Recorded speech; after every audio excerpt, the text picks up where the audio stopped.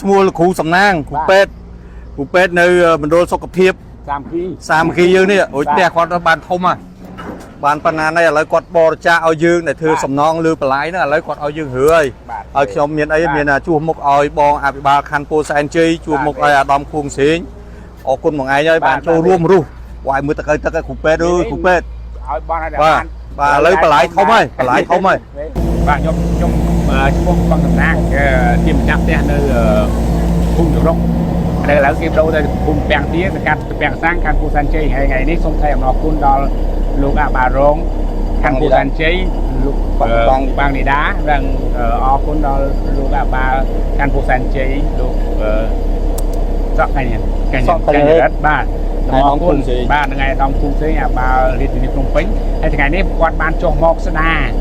បន្លាយដើម្បីកុំឲ្យមានការស្ទះបង្ហូរទឹកនៅក្នុងសង្កាត់ពាំងសាំងនេះហើយខ្ញុំអរគុណដល់លោកទាំងអស់បាទដែលបានជួយហើយថ្ងៃនេះក៏ខ្ញុំគ្មានផលប៉ះពាល់ទេព្រោះនេះពួកខ្ញុំកាលពីមុនមកវារំលោភទៅលើបន្លាយចំណីបន្លាយតាំងពីដើមមកហើយក៏ខ្ញុំរងចាំនៃការធ្វើបន្លាយនឹងឬការធ្វើផ្លូវដែរទីទៀត